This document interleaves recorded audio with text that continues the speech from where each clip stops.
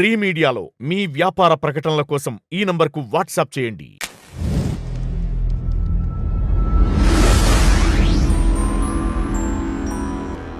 ఒక శక్తి కేంద్రం ఏదైతే ఉందో ఆ శక్తి కేంద్రం వైపుకి మనస్సు లయమైపోతూ ఉంటుంది, ఆనందం పడిపోతూ ఉంటుంది. అది కనపడదు కానీ అనుభవంలోకి వస్తుంది. దాని స్వరూపాన్ని దర్శించలేనటువంటి స్థితిలోనే ఉన్నాం, కానీ చూడాలనేటువంటి లోపల తాపత్రయం పెరిగిపోతూ ఉంటుంది. ఆ తాపత్రయం అనేటువంటి దానికన్నా ఆ సాధన ద్వారా వచ్చినటువంటి మనస్సు దేని యందు రమిస్తోందో ఆ రమించబడుతున్నటువంటి వాడిని ద్రష్టగా దర్శనం చేయాలనేటువంటి కోరిక పెరిగిపోతుంది. ఆ కోరికతో ఇప్పుడు ఏం చేస్తాడు? మననం చేసినటువంటి నామంతో, శ్రవణం చేసినటువంటి విషయంతో తాను లయమైపోయి లోపల ఆ లయింపబడుతున్నటువంటి మనస్సుతోనూ తదేక నిష్ఠతోనూ కూర్చుంటాడు. ఆ నిష్ఠతో కనపడుతున్న ఇప్పుడు మనం చూడండి, మామూలుగా కళ్ళు మూస్తేనే రకరకాల రంగులు కనబడుతూ ఉంటాయి. పూర్తిగా నలుపు కనబడుతుందా కళ్ళు మూస్తే? అస్సలు కనబడదు. మనకెవరికి తెలియనటువంటి పెద్ద రహస్యం ఏంటంటే కళ్ళు మూస్తే చీకటి అంటాం. ఆ చీకటి రంగు ఏమిటి అంటే ఎవరైనా చెప్పలేము. అసలు నలుపుగా ఉండనే ఉండదు చీకటి. మనం కళ్ళు మూస్తే నిజంగా నల్లగా కనబడితే మన కళ్ళు లేవని అర్థం, అవునా కదా? మన కళ్ళు మూస్తే ఎన్ని రంగులు కనబడుతున్నాయి? బోల్డ్ రంగులు కనబడతాయి. ఆ రంగుల్ని చూస్తూ కూర్చుని ఒక గంట కూర్చోవచ్చు. కనపడిన రంగు మళ్ళీ కనపడకుండా కనబడుతూ ఉంటుంది. అన్ని రంగులు నిజంగా ఉన్నాయా అంటే అదో పెద్ద విచిత్రం, అదో పెద్ద రహస్యం. అన్ని రంగుల్ని చూసిన తర్వాత ఏ నామముతో అయితే మనస్సు ఆనందాన్ని పొందుతుందో ఆ నామంతో పాటు కూడుకున్నటువంటి ధ్యానం ఎప్పుడైతే చేశావో ఈ నామాంతర్గతంగా ఉన్నటువంటి లోపల శరీర నాడులు ఉంటాయి. ఏమంటే నామానికి నోటితో పలకమంది ఎందుకు చెప్పారు? పిల్లలకి చెప్తూ ఉంటారు. భాష నేర్చుకునే ముందు చిన్న పిల్లవాడిని చెప్తారు అత్త అను అంటారు. అత్త అంటే ఏంటి? నాలుకతో పాటు పళ్ళని సంఘీభావం అంటే ఒక దానిలోకి తెచ్చుకొని దాంతోపాటు దవడని నొక్కడం అలవాటు అవుతుంది. దానివల్ల ఏమవుతుంది? మొత్తం ఈ జా సెంటర్ అంతా కూడా చక్కగా సెట్ అవుతూ ఉంటుంది. దానివల్ల అక్షరాలు స్పష్టంగా పలుకుతాయి. దానివల్ల ముందేమంటే అత్తను తత్వము అత్త అను పలికిస్తారు. అత్త అని గట్టిగా అనగా చివరికి ఏమవుతుంది? ఆ అత్త కాస్త తాత అవుతుంది. తాత తర్వాత నెమ్మదిగా ఎప్పటికో అమ్మ వస్తుంది, అవునా కదా? ముందు అత్త అంటాడు, తర్వాత తాత అంటాడు, తర్వాత అమ్మ అంటాడు.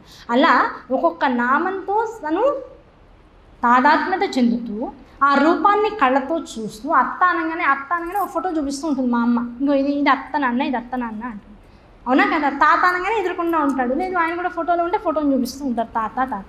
ఇప్పుడు ఏమైంది? ఆ పదంతో పాటు ఆ దృశ్యంతో తాను లీనమైపోయాడు, లయమైపోతూ ఉన్నాడు.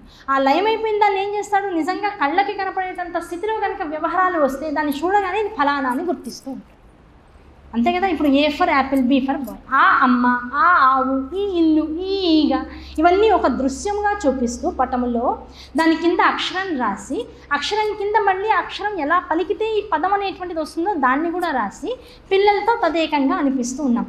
దృశ్యాన్ని చూస్తూ పదాన్ని అంటూ అక్షరాన్ని తదేక ధ్యాసతో మరల నోటితో అంటూ ఈ మూడు విషయాలు ఒకేసారి జరగడం వల్ల ఏం జరుగుతుంది?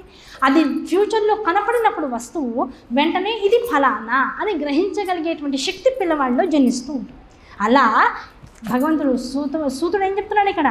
నువ్వు దేన్నైతే పట్టుకుంటున్నావో, ఇక్కడ దృశ్యము కనపడట్లేదు కానీ ముందు స్వరాన్ని పట్టుకో.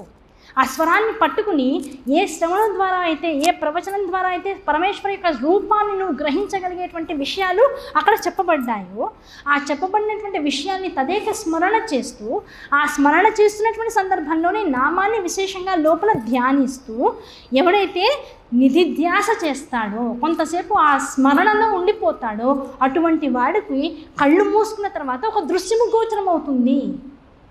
ఏమంటే నిజంగా అవుతుందా? నువ్వు చెయ్యకుండా ఎన్ని ప్రశ్నలు వేస్తావు? అన్నం తింటే ఆకలి తీరుతుందా? తింటే కదా తెలిసేది. ఏమంటే బాగా ఆకలిస్తుందండి, పంచభక్ష ప్రమాణాలు కాదు అసలు, మామూలుగా అన్నము పచ్చడి వేసినా సరే ముందు అన్నం తినాలని ఉంది. ఆకలి లోపల బాగా ఉన్నదాన్ని తగ్గించుకోవాలని ఉంది. తింటే తగ్గుతుంది. తినకుండా ఎన్ని కబుర్లు చెప్పినా తగ్గదు, తగ్గడానికి అవకాశం లేదు.